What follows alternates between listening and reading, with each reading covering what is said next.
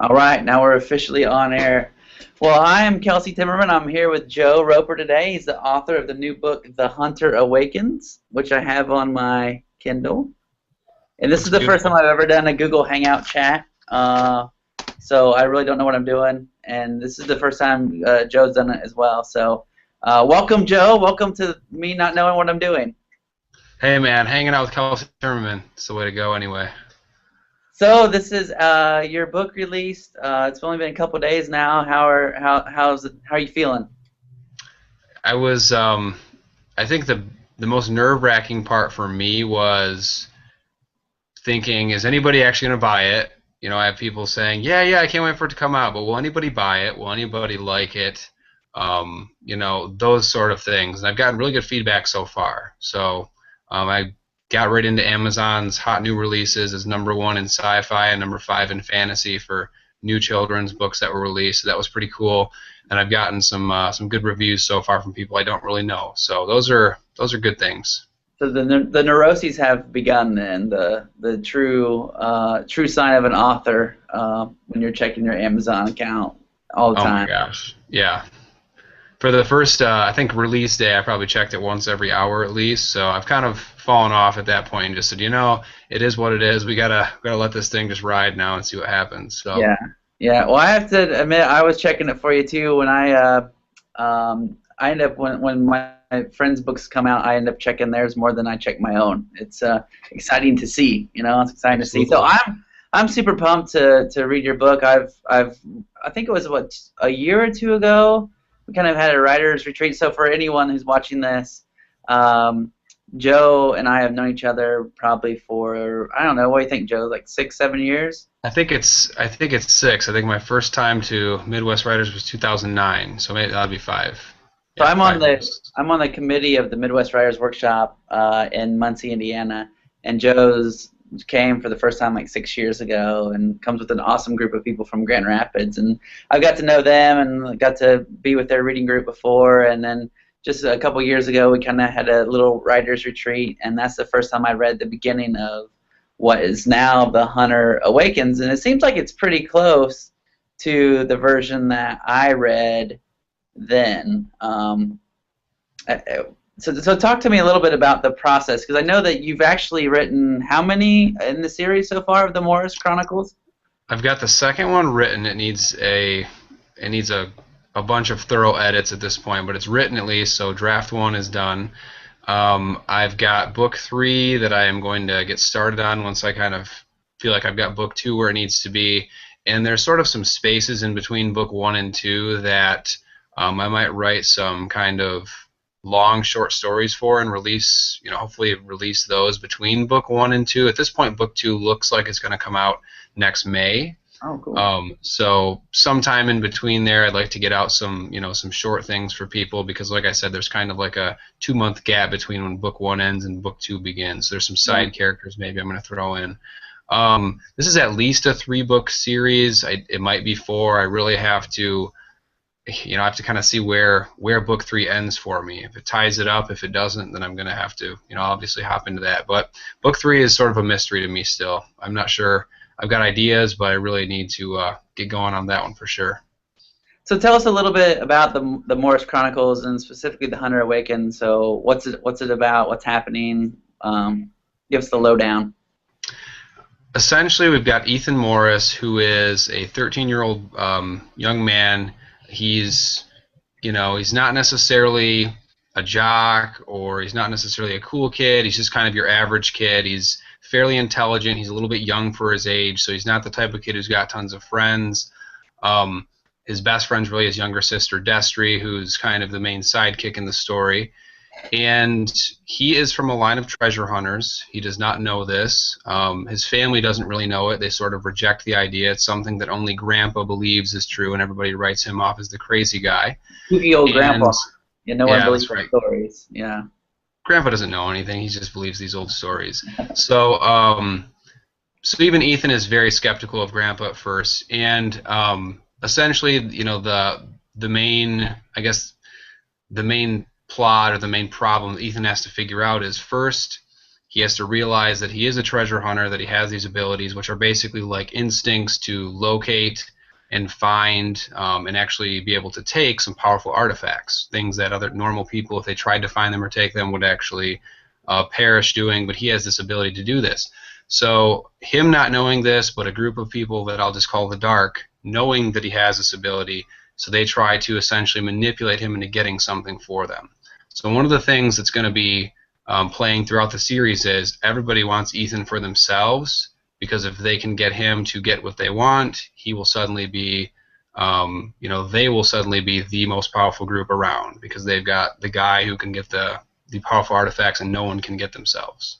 So in a sense, Ethan himself is kind of like the One Ring, but it's like the one ring that leads to the other rings, kind of. Absolutely, yeah. He's kind of that. He's that main pawn that everybody sort of wants, but then nobody wants, because if you think about it, if he's not on your side or he's not with you, at some point you want to get rid of him because he's going to help them out or potentially help the other side out. So he's what everybody wants and everybody hates at the same time.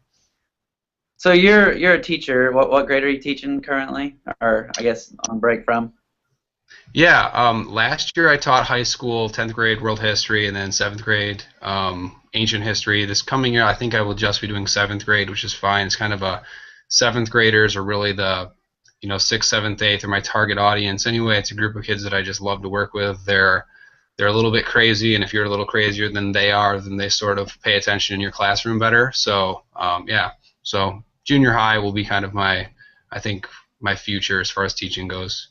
So how has teaching that age influenced the Hunter Awakens and the Morse Chronicles, like from a theme perspective, and yeah, just from a theme perspective? I think that one of the main changes I've made to the story over the past year and a half is I've added a character that I really didn't figure out was in the story until book 2. She's a very edgy character. Her name's Mel. And she is a little bit dark. She has a very rough background. She is a spy / future clan assassin for one of the dark groups that's after Ethan. And I feel like by adding her into this story and showing what she's going through and showing how she's got these different things she's supposed to do, whether it's spying on Ethan or being told to kill Ethan or whatever the case is, she's made the story a little bit edgier. And I think that working with the age group that I do, even if you look at book covers, like I've strolled through our school library lots of times, the covers, the look on the covers sometimes doesn't match the kids. Sometimes the covers even look rather cartoonish, and the kids are not. When you're 12 and 13 years old, you're starting to really understand lots of things about the world. You're starting to ask questions about the world.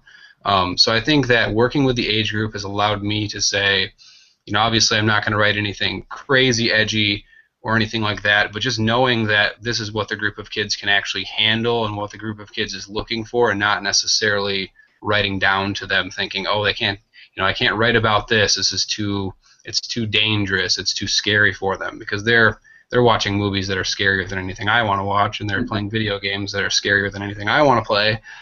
So I think that that's been the real benefit for me. Yeah. So, I mean, it sounds like Ethan's kind of torn between a number of different interests or groups that kind of want him, some probably for good reasons and some for bad reasons. I mean, is that kind of, that age group, obviously, they're trying to kind of figure out where they belong. Is that a pretty common throughout the series? Yeah, that's going to be one of the main problems for Ethan, and it's going to really play into who he can trust, who has his best interest in mind, who's really his friend, and who's just working for somebody else. So one of the things I'm going to do throughout the series is really try to play on that with the characters and really make the reader question, is this a good guy, a bad guy, and that sort of thing. So I think when I wrote it, that wasn't even necessarily my intention to make that connection with the age group, but it definitely worked out that way for me. So I think sometimes is he going to have some Breaking Bad moments? It might, maybe just a few of those. Nothing, like I said, I I don't want to make it too crazy. I don't want to make it too edgy. I don't want it to, I don't want librarians to say, no, no, this is too dangerous for your child. But at the same time, I want it to be something that the kids are saying, ooh, this is packed with adventure. This kept me in suspense. This was a little bit scary, but not too scary for me. I mean, that's sort of my goal with it, I think. Mm-hmm. And also with your students, I know that you used to read the early drafts in your class to them. How long ago did that start, that you were reading these stories to your students, and how much did they influence your idea? I read a very early draft it was my first year of teaching, actually. I was very brave that year because it was my first year, I guess. Maybe naive, I'm not sure what we would call it. But so I read it to a group of students I had that were my gifted and talented social studies class. And they were kids that loved to read. I mean, if there's one group of kids that I ever had that was just huge readers and lots of them interested in, fantasy, it was this group. So I decided I would go ahead and read it to them. So kind of once or twice a week for the last 15 minutes or so of class, I would read it. And I just got such good feedback from them. They were all, it was a very chatty group because they were together all day because they were the gifted and talented group. So they were so familiar. They always wanted to talk. But when I read it, they were silent. They listened. They enjoyed the story. And ever since I read it to them, they've been asking me, is your book published yet? I loved your book. When is it coming out? And I actually mentioned them in the acknowledgments because of how much they have kind of influenced me positively since, kind of given me that, okay, there are people out there that did like it, that heard it, and even though it's being rejected by so-and-so, these kids loved it, so I have to keep pushing forward. I think the greatest thing that I experienced with reading it to that group of kids, and it was really the only group I ever read the whole thing to like that, a kid who just graduated was in that group, and he came up to me. I went to graduation and saw the group of kids, and he came to me and said, I'm going into creative writing. I'm going to, I think it's Central Michigan University. I'm going into creative writing, and when you read us your story, you had a huge influence on me at that point, and it really made me want to be a writer at that point. So, to me, I guess that was the best compliment I could possibly get from a kid. So yeah. So they're graduating now. That class is that's the only class that you read. You read. Yeah. Yep. I had some friends who, one of my friends who's a teacher, he read it to one of his classes. And that group of kids, it was kind of early on in my career too, but that was the only one that I actually took the time and did it with. And like I said, I think it was a bravery / naive type thing, and sort of a test for me to say, if I read it to them, what's their reaction going to be? And I think I got the reaction I was looking for, and then at that point I was like, okay, I don't know if I want to take the time to read it again, yada yada yada. So this was your first book that you've written, and it was the first year that you were teaching ever. Yeah. That does sound like that might not be bravery. that sounds stupid. Yeah, that sounds crazy. This is crazy. Yeah. But it's awesome that it did give. I mean, it worked out. You put yourself out there, and it. It sounds like they really helped you out, and more than anything, gave you that inspiration. So, how long ago was that then? Gosh, that was. It was my first year of teaching, 2000 and fall of 2008, I think that would have been. Yeah. So that was a little bit, like we said, a little bit brave, a little bit stupid, but it worked out. And the version that I have now, I feel is infinitely better than the one I read to them. So so that's another thing that I've looked at. They enjoyed the old version, along with my wife, who's probably the biggest. She's probably harder on me than any editor or anyone out there could possibly be. She's loved it too, but if they liked that version, I guess pushing forward, I felt like maybe they would like, people would like the new ones too. Yeah. So have you heard from that group of students since the book came out? Yeah. I've been in contact with a couple of them who are pretty excited about it, and I went and I saw one just a week ago or so, and some of them I'm friends with, now they've graduated. I'm friends with them on social media and so forth. So and it's been out a few days, and I'm hoping that within a couple months I get to talk to a few more of them about it. Neat. So you started it. Well, you started it more than 6 years ago. You read it to them 6 years ago. When did you actually start? When did you write the first word that became The Hunter Awakens? It was the end of summer of 2007. So I just graduated college, and I was in like a post Harry Potter depression because the last Harry Potter book came out in July of 2007, and my sister, myself, my wife, we all had our copies. We were reading them together, talking about the stories we went. We were all crazy about it. And when it was done, we were all kind of depressed. And I was like, man, what do we do now? There's nothing else out there like this. And my sister, actually, my younger sister, Annie, was who I dedicated the book to. She said, why don't you write? You should write a story. And I had never in my life considered writing a story before. I guess recently, just before she told me that, I'd gotten a compliment from a professor who said, wow, you really write well. But that was the only time I think that I'd gotten that sort of compliment and that sort of push to, hey, why don't you think of a story? So I think it was September that I finally sat down and I read a few things online about starting a book and this and that. Obviously now it's very elementary stuff, but it was what I needed at the time to just start planning it out. And I started writing. It was September something of 2007, and I finished that first draft, I think, March of 2008. So it was really like a 5 or 6 months, and I had a first draft done. And that's when, and then that's when it was, if I look back on that now, it was very bad. It was terrible. But it was Yeah. a first draft, and something that I always tell kids who ask me about writing, if you've got the first draft done, you can fix it. If you just sit there and try and make it perfect the whole time, you're never going to have a draft. You're never going to have anything to fix. It'll just be the first 5 chapters that are really good, and no one can read the whole story. So yeah, so about 6 months and first draft done, and it's the fastest first draft I ever wrote. Wow.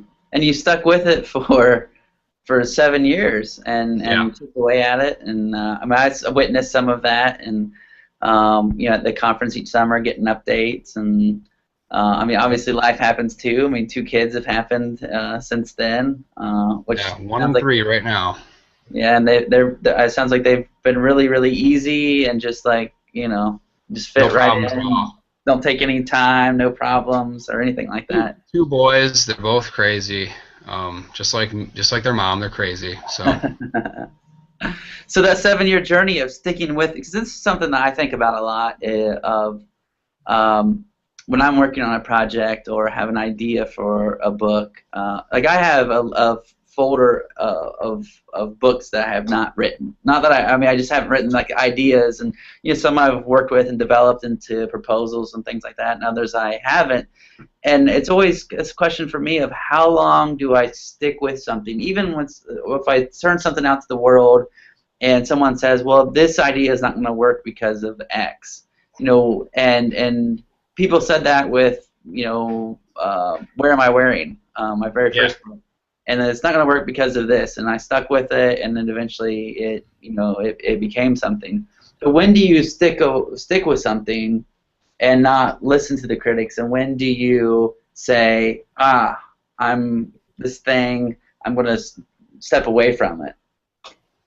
yeah, I think for me it was something that I believed in it a lot, and the people who had read it really believed in it, so I couldn't just totally give up on it.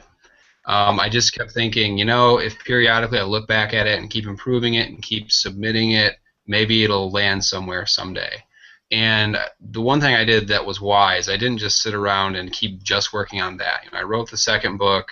I am about 3/4 of the way through a totally new series of, the first book in that, which would be a true YA fantasy, epic fantasy story. I've written quite a few short stories. I've sat down and thought about lots of different story ideas, read lots of books on writing. So I didn't just sit idly. It was always something where while I was writing something new, I was submitting this. And I went through different times where I'd submit a whole bunch for a couple months, and then I would stop, for a year because I didn't get the feedback, or I got feedback that said, fix X, Y, and Z, or, just wasn't getting requests or whatnot. So I went through these different periodic stages of submitting, writing, and so forth. So I think as long as you're pushing forward and not just focusing on one thing, for me at least, that worked. Yeah, not just releasing that one thing out into the world and hanging like all of your hopes and dreams on this one pitch. Like you're continuing to work. So how has the I know that you're pretty well connected in like a writing community, you've built a writing community, you become a part of a writing community. How has that played a part, and and sticking with it and your path to publishing? To me, that's been I think that's where a lot of people I think miss out, because we're all in this because we love writing, we want to be writers, we want to be authors, we want to be successful, and hopefully someday get to be Kelsey Timmerman and do it full time, not and so forth.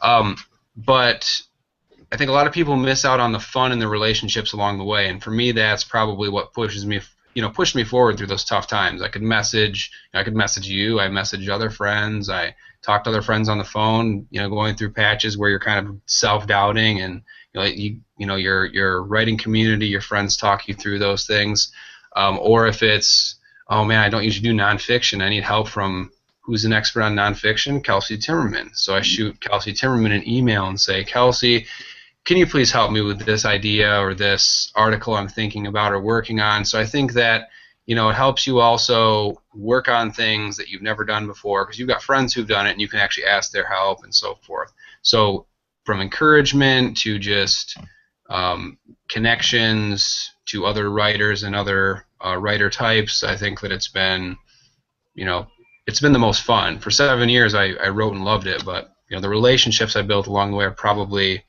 more important to me than the work almost. So yeah, are you gonna start crying? I might actually. So how has the Midwest Writers played? What kind of role have they played in your development and in this plugging into this community of writers? I think that my real core of these are my best writing friends are Midwest Writers Workshop people. And the amazing thing is seeing people who started, I've been going for, like we said, since 2009. So I've gone quite a few times. And when we all started out, everybody was kind of in the same place almost. Your first book had just come out, and obviously you've had a lot more success since then. Kelly Stanley was in the same boat as I was, still writing and trying to figure things out, and she's got her prayer book coming out with Tyndale in May of 2015. Sarah Schmidt, one of our good friends, one of our core people, she's got an agent, and she's got good things coming for her. So I think the fun part is seeing everybody grow as well. But that's that's my core. Yeah. Yeah. Yeah, it's so rewarding being whether it's on the committee or just attending that, seeing this same group of readers every year, kind of writers to see where they're at, and to see like you with the book out now and reading Joe Roper's book is just awesome. It's just such a cool thing to have someone and the work that they put into it. You kind of know a little bit about their journey in it.